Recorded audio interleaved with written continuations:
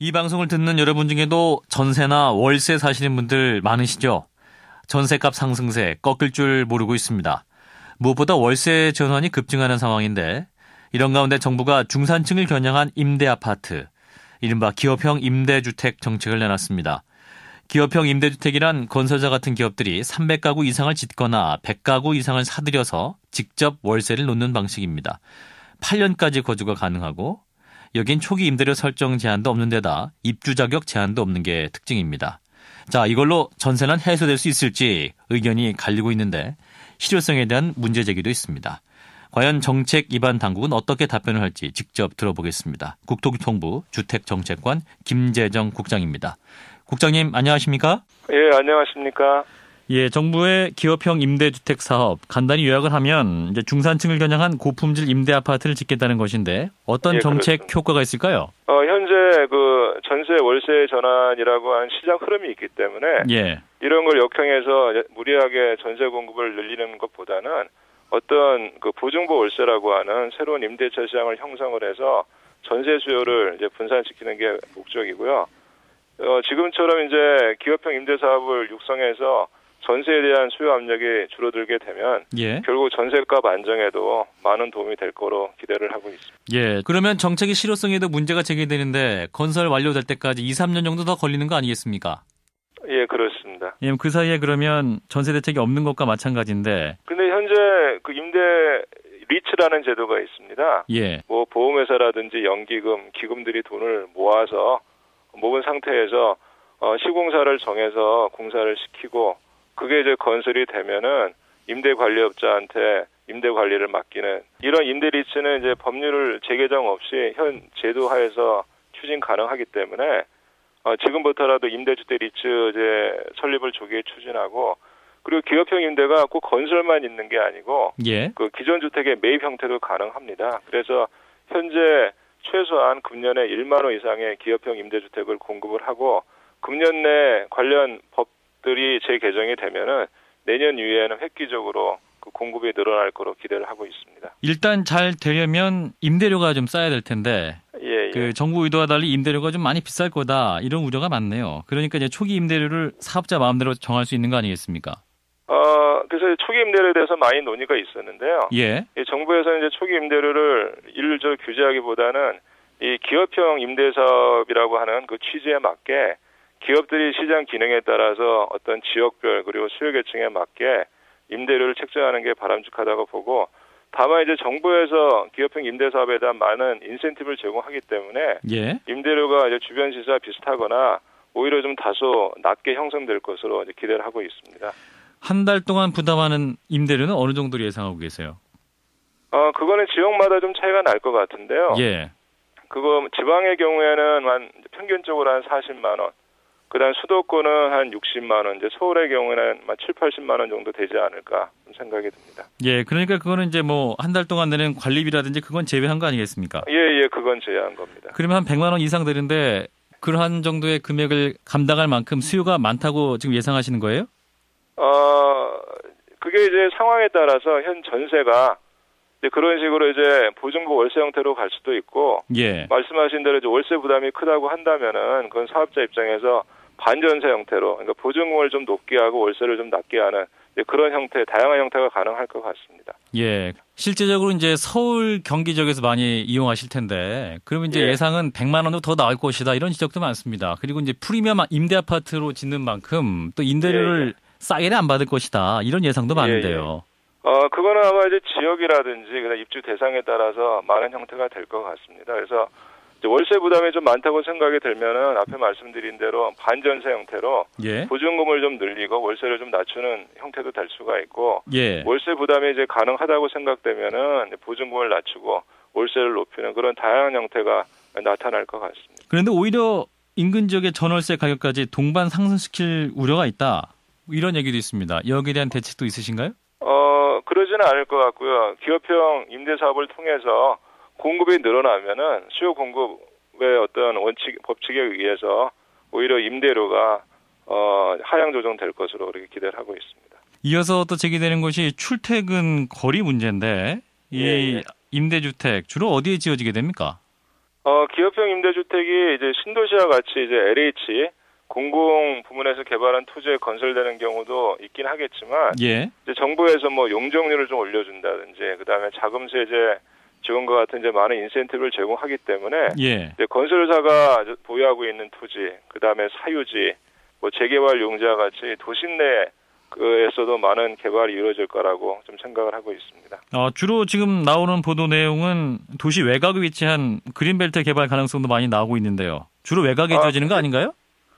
뭐 개발 제한 구역 하나의 어떤 가능성, 입지 중에 하나고요. 예. 저희가 가장 기대하는 거는 말씀드린 대로 도심 내 많은 여유 부지라든지 아니면은 재개발 용지, 또 기존의 다른 시설을 용도 전환해서 기업형 임대주택이 공급 가능할 것이라 보고 있고, 예. 그다음에 이제 개발 제한 구역 이제 얘기가 많이 나고 있는데, 예. 이 개발 제한 구역이 이제 시나 동떨어져 있는 개발 제한 구역이 아니라 기존 시가 이제 굉장히 인접해 있는 개발 제한 구역도 많이 있습니다. 그런 예. 경우에는 추가적인 기반 시설 없이 이제 계획적인 입지가 가능하기 때문에 저희는 이러한 개발 제한 구역을 집중적으로 개발할 계획입니다. 예. 그리고 도심을 말씀하시면 서울을 예를 들면 어떤 곳에 또 여유 부지가 있는 건가요? 지금 이제 개발 제한 같으면은 뭐 서초구라든지 강남구, 노원구 그런 데도 좀 많이 있고요. 예. 그다음에 그 도심 내 어떤 사유지라고 한다면은 뭐 재개발이나 재건축을 하는 그런 부지들이 의외로 그 서울 시내에 많이 있습니다. 그래서 예. 제가 초기 임대료 규제를 하지 않기 때문에 현재도 임대주택 리츠를 통해서 그러한 그 용지에 그 임대주택이 지어지고 있는데, 앞으로 저희가 인센티브를 더 많이 제공하기 때문에 이제 그러한 형태의 도심 내 임대주택 공급이 많이 늘어날 수 있을 거라고 기대를 하고 있습니다. 자, 그리고 민간 사업자에게 연 5%가 넘는 임대 수익률을 보장해 준다는 것인데, 이 때문에 이번 정부 대책이 결국 수요자가 아닌 공급자를 위한 정책이다. 그리고 주거 안정복지 대책이 아닌 건설 경기 부양책이다. 이런 지적도 있습니다. 결국 사업자 수익률 보장으로 그만큼 세입자에게 부담을 떠넘기게 되는 거 아닌가요? 이분들이 아무래도 수요자를 끌기 위해서는 임대료를 낮춰야 되는데, 예. 그동안에 이제 다른 어떤 수익이 없으면 임대료를 높일 수밖에 없는 상황이고, 다음에 이번에는 용적률이나 택지, 그다음에 세제 자금 지원을 하기 때문에 주변의 시세보다 더 낮게 책정할 수 있는 그런 여유가 생기기 때문에 오히려 현 시세보다는 좀 낮은 임대료가 형성될 것으로 기대를 하고 있습니다. 네. 뭐랄까 좀 굉장히 낙관적으로 보시는 것 같은데요.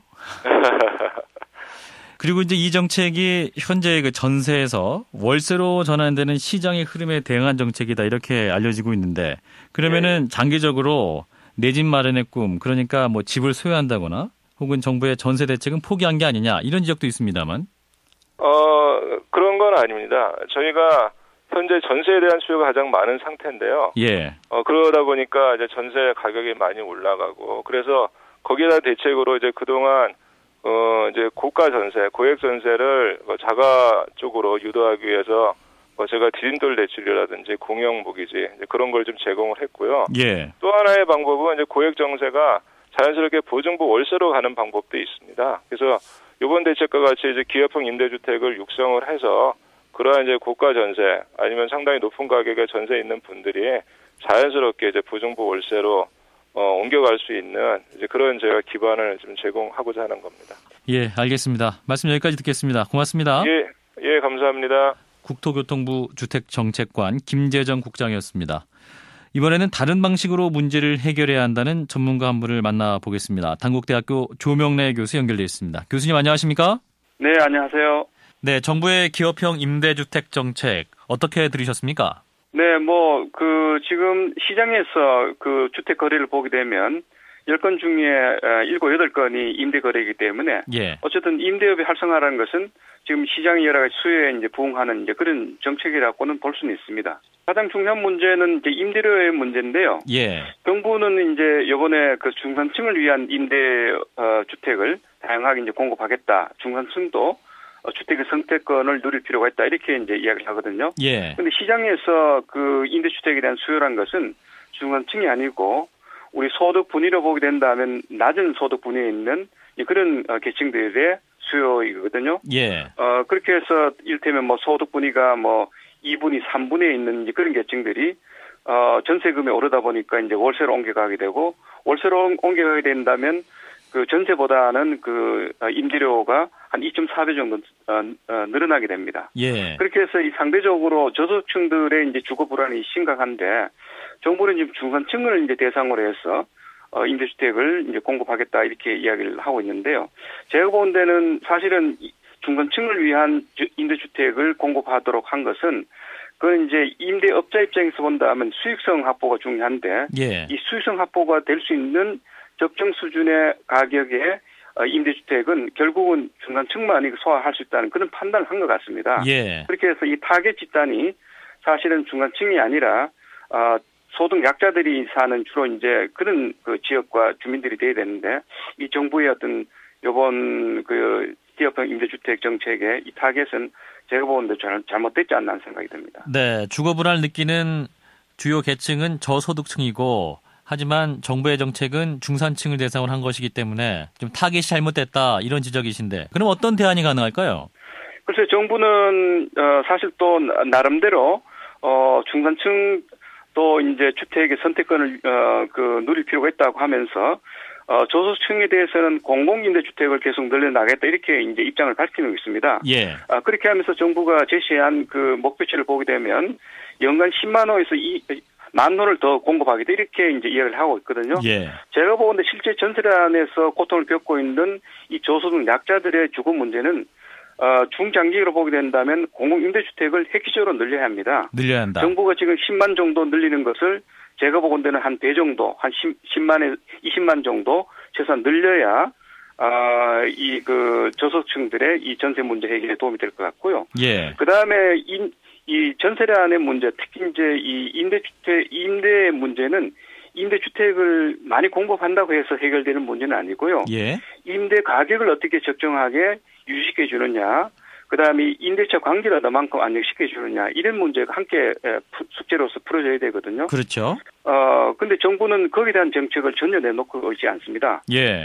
그렇게 해서 전체 지금 그 전월세 이 세입자들이 한 800만 정도 되는데, 예. 지금 현재 기업형 임대주택으로 커버할 수 있는 것이 제가 보는데 아주 기만호 정도입니다. 예. 그렇다면 수백만 원에 해당하는 이 저소득 그 세입자들의 주거 문제는 해결이 안 되기 때문에 이것은 그 임대주택을 공공임대주택을 늘리는 거하고 임대차 관계 안정과 가격을 포함한 이런 정책으로 풀어야 한다고 저는 보고 있습니다. 임대 가격, 임대차 문제 안정시키려면 어떻게 해야 될까요? 그러면 대개 서구 선진국의 경우에는 임대료를 이제 사회적으로 관리를 하고 있거든요. 예. 참고로 말씀드린다면 우리나라는 OECD 국가 중에서도 임대차 시장을 유일하게 방치하고 있는 나라입니다. 예. 가령 내가 집을 세를 놓더라도 정부에 뭐 등록도 하지 않고 세금도 내지 않고 임의적으로 내가 집값을 뭐 올려내고 낮춰내고 하는 그런 여러 입장이 있거든요. 예. 따라서 그 임대 가격은 대개 서구 선진국에서 관리를 하고 있는데요. 뭐 그 관리라는 것은 임의적으로 관리하기보다는 물가 연동형이라든가 그다음에 사회 통념에 맞게끔 적정 이자율을 더해서 그 임대료를 책정한다든가 그다음에 지역의 여러 가지 어떤 그런 시장 시세를 평균을 내서 일종의 표를 만들어 가지고 임대인들이 그 표에 따라서 임대료를 책정하는 이런 방식으로 운영하고 있는 것이 현재 이를테면 뭐 영국이라든가 그다음에 불란서라든가 독일에서 지금 하고 있는 그런 제도입니다. 예, 그러니까 이제 공급의 문제뿐만 아니라 임대 가격 그리고 임대차 문제를 안정적으로 하는 문제로 정부의 정책이 좀 전환돼야 된다 이런 지적이시군요. 네, 그렇습니다. 예, 알겠습니다. 말씀 여기까지 드릴게요. 고맙습니다. 네, 감사합니다. 당국대학교 도시지역계획학과의 조명래 교수였습니다.